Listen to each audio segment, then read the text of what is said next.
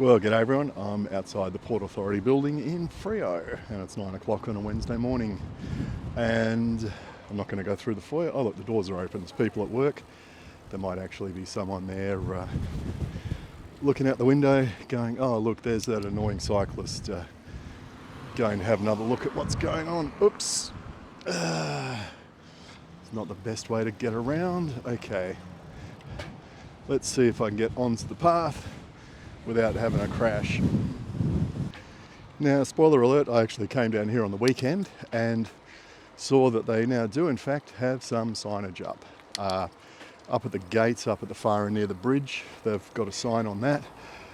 And there's gates at this end as well, which they can close off on the far end of the car park.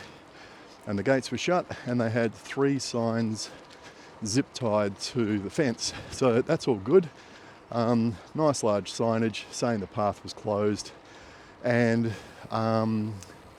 also saying you could get through to the cruise ships, but look, here's this issue I was talking about with not putting stops along here so people don't drive their cars or park their cars halfway across the path like that, particularly with tow balls poking out. Okay, now here's the detour we've got to take to go across the railway line, and there's 0 signage there along the fence and no warning signage along here to say, hey, guess what, yeah, the sign's up ahead to say the path is closed and you're gonna have to do a U-turn and go back and figure out how to get out of here. So that to me is the missing thing. They need something back there. Okay, so on the fence on the right here, there's a sign saying, sorry, shared path closed. I'll just do a little loop-the-loop so we can see the sign on the fence. So that's visible from a reasonable distance back, as long as there's no cars parked along here. Now often there is. So I would have actually put that sign over there in the corner where those chevrons are.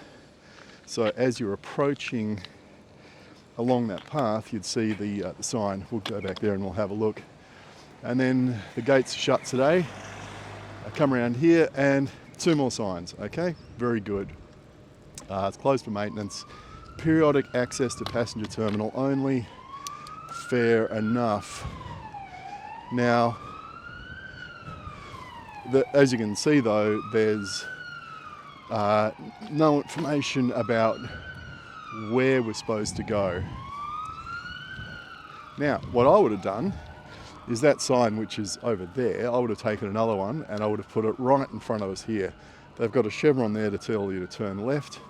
I would have put it to the left, to the right, underneath, wherever you like, because that's the obvious place to see it as you're approaching from this direction. You don't wait until you get round the corner, because that would be a little bit silly. Okay. And as I said, I also would have put a very basic map up to say, all you need to do is just come back down here, maybe 100 meters, and there's this extremely easy to miss gap in the fence. You can ride past that without even noticing it, and I've done that several times. So I would put something up here. Look, there's a pole there.